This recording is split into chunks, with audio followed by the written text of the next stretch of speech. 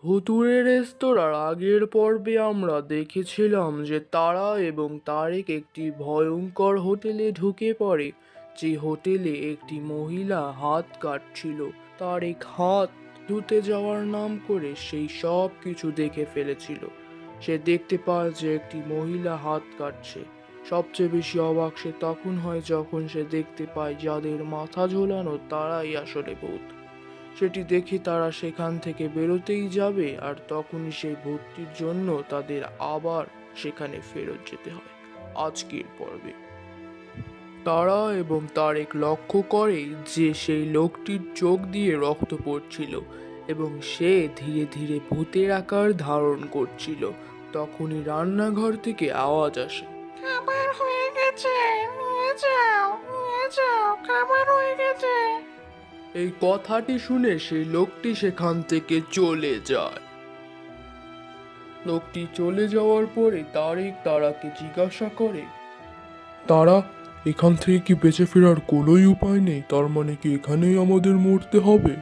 তখনই তারা তারেককে বলে, এখান থেকে বেঁচে ফেরার একটা উপায় আমি জানি। তারার বাবা ছিলেন একজন অনেক বড় হুজুর। তাই সে অনেক আগের থেকেই ভূত পেত তাড়াতেন। তাই তারা ছোটবেলা থেকেই এই সকল কিছু দেখে অভ্যস্ত ছিল। এবং তখনই তারেক তারাকে বলে, কি উপায় তারা, আমাকে বলো, হয়তো আমি কিছু করতে পারবো। তারা তারেককে বলতেই যাবে, হঠাৎ করেই সেই লোকটি চলে আসে।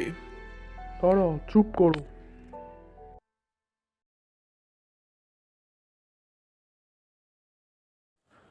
এটা কি গরুর মাংস নাকি মানুষের মাংস? তোমার সব সত্যি আমি জেনে গিয়েছি। তাহলে তুই জেনে গিয়েছিস যে আমরা কি? যখন তুই জেনে গিয়েছিস তাহলে চুপচাপ খেয়ে নে, যাতে আমরা তোদের খেতে পারি। হা হা। তারা, আমি আর থাকতে পারছি না এই ভূতেদের সঙ্গে। চলো এখান থেকে পালাই। এখন আমাদের পালাতেই হবে। এই বলে তারেক সেখান থেকে জোরে দৌড়ল। তারেক দাঁড়াও। এই তুই কোথায় পালাচ্ছিস? দাঁড়া এখানেই, তোকে ছাড়বো না। এই বলে সেই ভূতটিও তারেকের পেছনে পেছনে যেতে থাকে। তারেক দরজাটিকে ধাক্কাতে থাকে। এই কোথায় পালাচ্ছিস? দাঁড়া। আমাদের সাথে তোমার এত কিসের শত্রুতা? তুমি কেন আমাদের মারতে চাচ্ছ? আমরা তোমার তো কোনো ক্ষতিও করিনি। তাহলে কেন আমাদের পেছনে লেগে আছো? আমাদের যেতে দাও। ও, তাহলে তুই শুনতে চাস যে আমরা কেন মানুষদের পেছনে পড়ে থাকি, হ্যাঁ? তাহলে শোন, অনেক দিন আগেকার কথা। আমি এবং আমার মেয়ে তাসনিমা একটি ছোট্ট হোটেল খুলেছিলাম। তাসনিমার মা অনেক দিন আগেই মারা গিয়েছিল। খুব কষ্ট করে সেই হোটেলটি থেকে আমাদের উপার্জন হতো। হঠাৎ করে একদিন কয়েকজন মানুষ চলে আসলো এবং সেই হোটেলটিকে দখল করে নিল। আমরা যখন সেটি করতে নিষেধ করলাম, তখন তারা আমাদের খুবই নৃশংসভাবে মাথা কেটে হত্যা করলো। আর এখন থেকে সেই জন্যই আমাদের হোটেলে যারাই আসে তাদের আমরা এভাবেই নৃশংসভাবে হত্যা করে নিজেদের শান্তি নিই।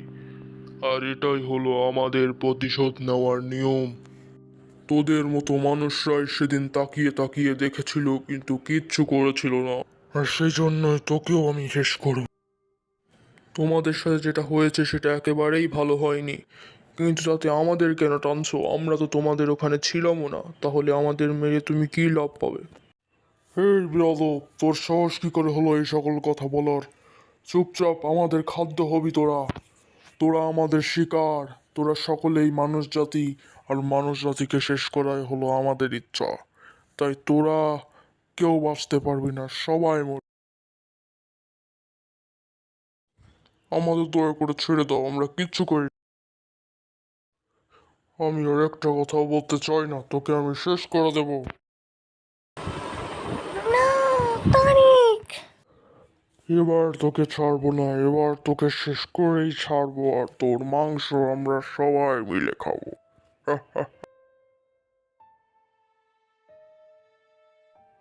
কিন্তু আমাকে মেরে তোমরা কি লাভ পাবে? হ্যাঁ,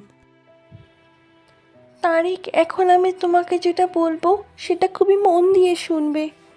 কারণ এখন তুমি যদি ওদের লাশগুলোকে পুড়িয়ে দাও তাহলে ওরা পুরোপুরি ধ্বংস হয়ে যাবে, কিন্তু তুমি যদি ওদের চাকু দিয়ে আঘাত করো তাহলে ওদের কিছুই হবে না। তাই আমাদের ওদের লাশগুলোকে পুড়িয়ে দিতে হবে। তাহলে তাড়াতাড়ি যাও, তারা ওই লাশগুলোকে পুড়িয়ে ফেলো। আচ্ছা, আমি এখনই গিয়ে লাশগুলো পুড়িয়ে দিচ্ছি। এই, লাশ পোড়ানোর কথা ভাববিও না, ওখানে দাঁড়িয়ে যা চুপচাপ। আর তখনই সেখানে সেই মহিলাটি চলে আসে। মহিলাটি তার ছুরিটি দিয়ে তারাকে খুবই জোরে আঘাত করে এবং তার উপরে লাফ দেয়। না, তারা ঠিক করেছে, মেরে ফেলোকে। তারিক, তুমি তাড়াতাড়ি যাও, ওই লাশগুলোকে পুড়িয়ে দাও। তাড়াতাড়ি তাড়াতাড়ি যাও। হ্যাঁ হ্যাঁ হ্যাঁ হ্যাঁ, আমি এখনই যাচ্ছি, এখনই যে আমি পুড়িয়ে দিচ্ছি লাশগুলো। এই কথাটি বলে তারিক দৌড় লাগায়। এই, কোথায় যাচ্ছিস? দাঁড়া ওখানে। সেই ভূতটিও তারেকের পেছনে পেছনে দৌড়াতে থাকে। তারেক খুব দ্রুত রান্নাঘরের ওদিকে যেতে থাকে। তারেক অনেক দ্রুত রান্নাঘরে ঢুকে পড়ে এবং রান্নাঘরে ঢোকার পরে লাশগুলোকে পোড়ানো যায় সেই জন্য একটি জিনিস খুঁজতে থাকে। হঠাৎ করেই তার নজর পড়ে একটি ম্যাচের কাঠির দিকে। সে সেখানে চলে যায় এবং সেই ম্যাচের কাঠিটিকে সে নিজের হাতে তুলে নেয়। সে সেই ম্যাচের কাঠিটিকে পুড়িয়ে নেয় এবং সেই ম্যাচের কাঠিটি সেই লাশের মাথাগুলোর দিকে ছুঁড়ে মারে এবং তার মাধ্যমে লাশে আগুন ধরে যায়। শেষ পর্যন্ত তো তুই মারাই যাবি, হা হা। তুই আমাদের লাশের সঙ্গে এটা কি করলি? আমাদের লাশগুলোকে কেন পোড়ালি? এখন আমরা শেষ হয়ে যাব। আমার গায়ে আগুন লেগে গেল। শেষ পর্যন্ত তোদের শেষ করেই দিলাম। সব সময় সত্যেরই জয় হয়।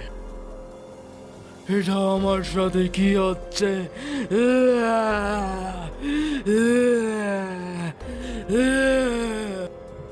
যাক, শেষ পর্যন্ত এদের হাত থেকে তো বাঁচা গেল। এরপরে তারেক এবং তারা সেই হোটেল থেকে বেরিয়ে সকাল না হওয়া পর্যন্ত কোথাও থামে না। এরপরে সকাল হতেই তারা এবং তারেক বাসায় পৌঁছে যায় এবং তারেক তার শ্বশুর মশাইকে সকল কিছু খুলে বলে। ও, তোমার ভাগ্য ভালো থেকে তুমি বেঁচে গেছো বাবা, না হলে ওখানে আজ পর্যন্ত যারা গেছে তারা সকলে মরে গেছে, বুঝলে? তোমাদের ভাগ্য অনেক ভালো, আল্লাহর রহমতে তোমরা বেঁচে ফিরেছো। আর এভাবেই তারা এবং তারেক বেঁচে ফেরে সেই ভুতুড়ে হোটেল থেকে। আপনাদের যদি আমাদের ভুতুড়ে পর্বগুলো ভালো লেগে থাকে তাহলে লাইক সাবস্ক্রাইব করবেন।